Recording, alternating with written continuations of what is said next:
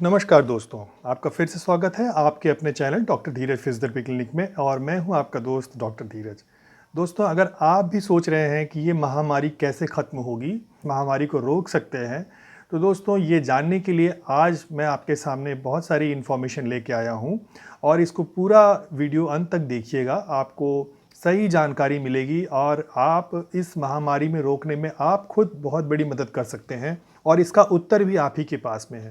ये कैसे है, ये जानने के लिए मेरा चैनल पूरा ये वीडियो अंत तक देखिएगा। और मैं आज आपको ये भी बताऊंगा कि अगर आप कोविड से रिकवर हो रहे हैं तो आपको किस तरह की एक्सरसाइज करनी चाहिए और किससे बचना चाहिए, क्या ध्यान रखना चाहिए।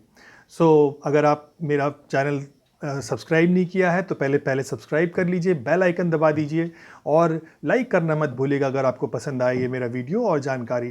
तो दोस्तों शुरू करते हैं। सबसे पहले कि ये इसमें हमारा क्या रोल हो सकता है और इसका उत्तर हम कैसे दे सकते हैं, यानी आप कैसे दे सकते हैं ये महामारी कैसे रुकेगी।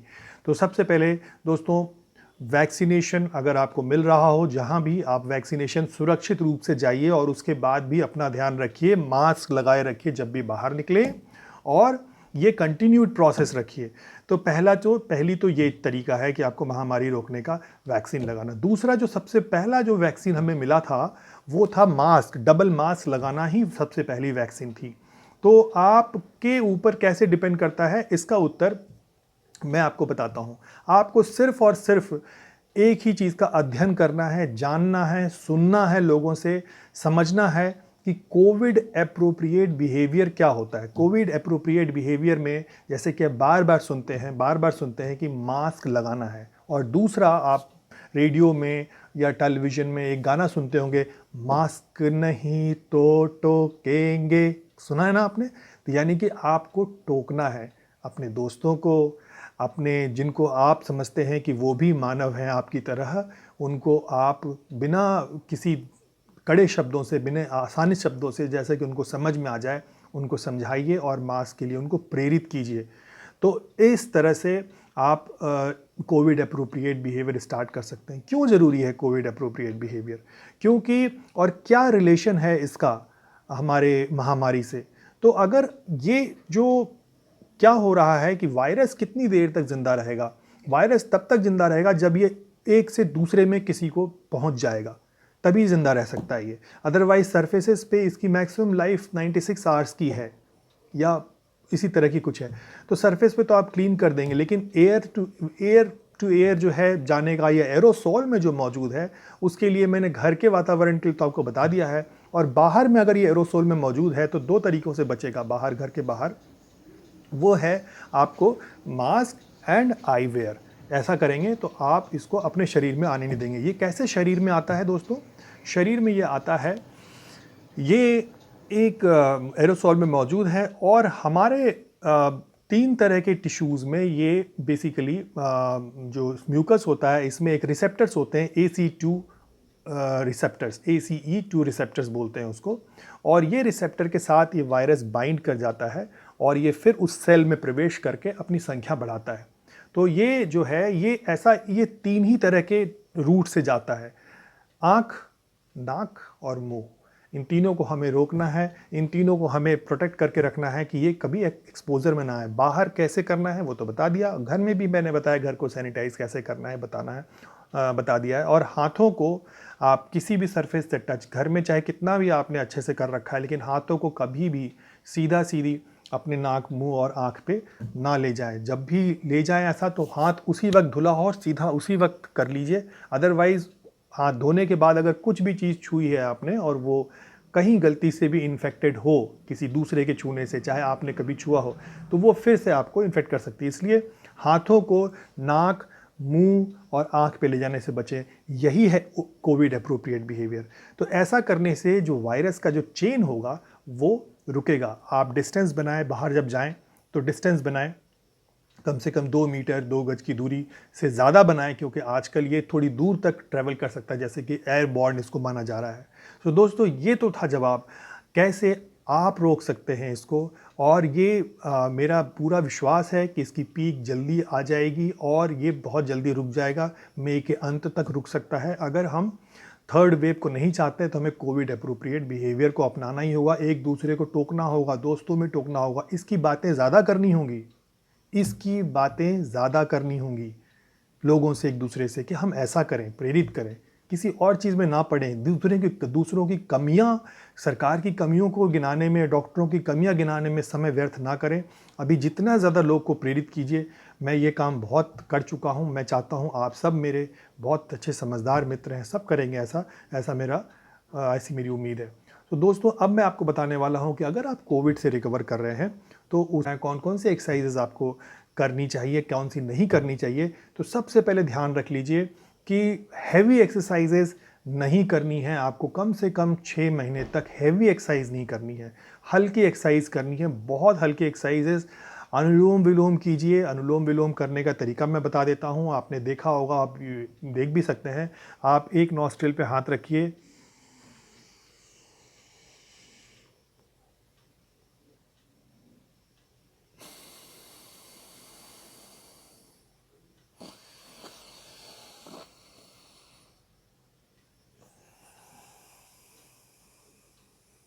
तो जिससे छोड़ा उसी से फिर से ले लीजिए, और जिससे लिया उसको बंद करके दूसरे से छोड़ दीजिए। इस तरह से 10 से 15 बार कीजिए। दोस्तों, ब्रेन फॉग का नाम सुन रहे होंगे आप, आजकल ब्रेन फॉग होता है, यानी फॉरगेटफुलनेस, ये बहुत हो रहा है कोविड से रिकवर हो रहे लोगों में।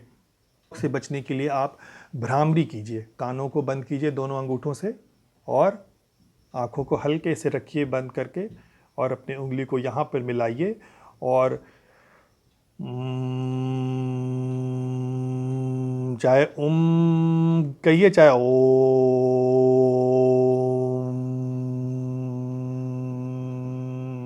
और ऐसा करते वक्त ध्यान रखिए कि आपकी जो ध्वनि निकल रही है वो आपके इस जगह पे पहुंच रही है, एकत्रित हो रही है, और ऐसे करके ये ऊपर से जो वातावरण है उससे टकरा करके ये ध्वनि जो है आप ही के पास पहुंच रही है, ऐसा आप महसूस करें, कंसंट्रेट करें। इससे आपकी कंसंट्रेशन पावर बढ़ेगी, क्योंकि कंसंट्रेशन जो है वो डिस्टर्ब होती है, ऐसा भी देखा गया है।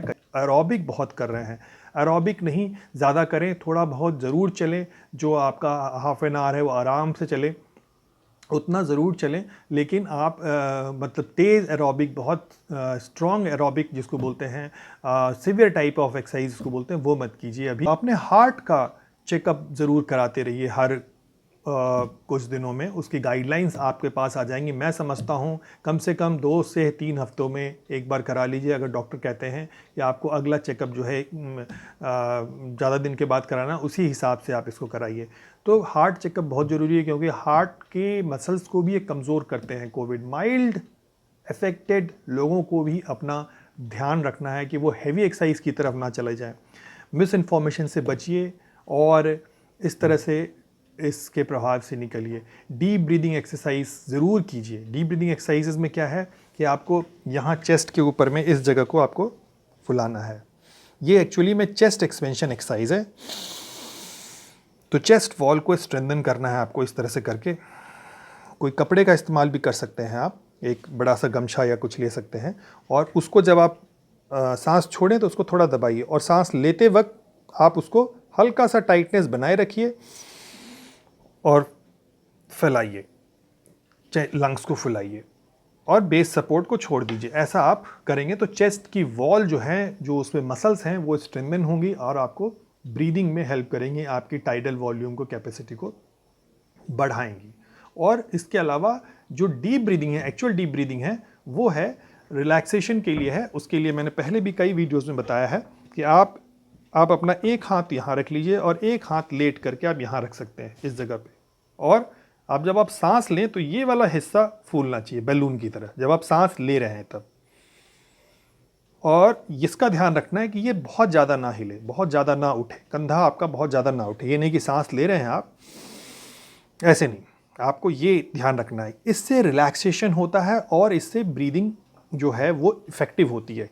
इफ़ेक्टिव क्यों होती है? क्योंकि आपकी एनर्जी जो है इस तरह की एक्टिविटी में नहीं खर्च होगी, क्योंकि ऑक्सीजन आप ले रहे हैं, वो ऑक्सीजन यूटिलाइज हो रही है किसी न किसी काम में, और इसको अगर आप उठाएंगे तो ऑक्सीजन अननेसेसरीली इस मसल्स को कॉन्ट्रैक्ट कराने में चली जाएगी। सबसे ज़रूरी है जिनको सबसे ज़्यादा ध्यान रखना है, हार्ट एंड लंग्स।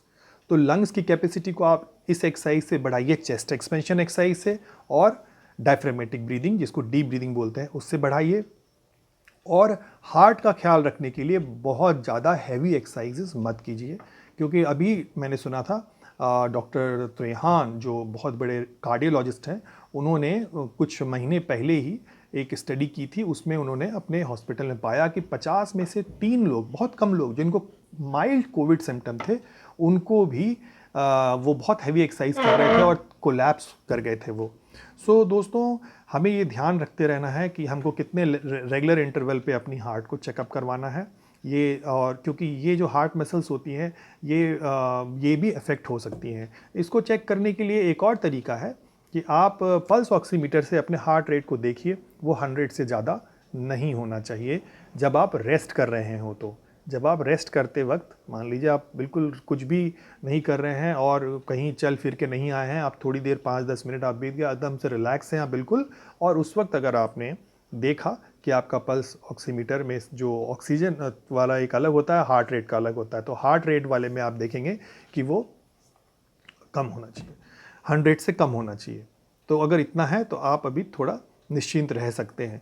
इसकी और गाइडलाइंस जब आएंगी तो मैं आपको और बताऊंगा। तब तक के लिए आप रखिए अपना ख्याल, और मैं आपसे लेता हूँ विदा। आपसे फिर मिलूँगा। मेरा इन्फॉर्मेशन, मेरा वीडियो आपको पसंद आया हो तो सब में शेयर कीजिएगा, लोगों में डर कम कीजिएगा, और अच्छी चीज़ों को बढ़ावा देने के लिए इस अच्छे इन्फॉर्मेशन को वायरल कर दीजिए। सबको बताइए कि क्या चीज़ करने से हम महामारी से बच सकते हैं। मैं जानता हूँ आप भी मेरी तरह ही संवेदनशील हैं, और इस संवेदनशीलता को हम अपना हथियार बनाएं, इसको हम अपने मानवता की भलाई के लिए लोगों में बांटें इस चीज़ को। इसीलिए शेयर करना मत भूलिए। आपस में बातचीत ज़रूर कीजिए कि कैसे इससे निपटा जाए। आप मुझसे वीडियो कंसल्ट भी कर सकते हैं। और इसी सारी जानकारी के साथ मैं लेता हूँ आपसे विदा। अभी आपका दिन शुभ हो। नमस्कार।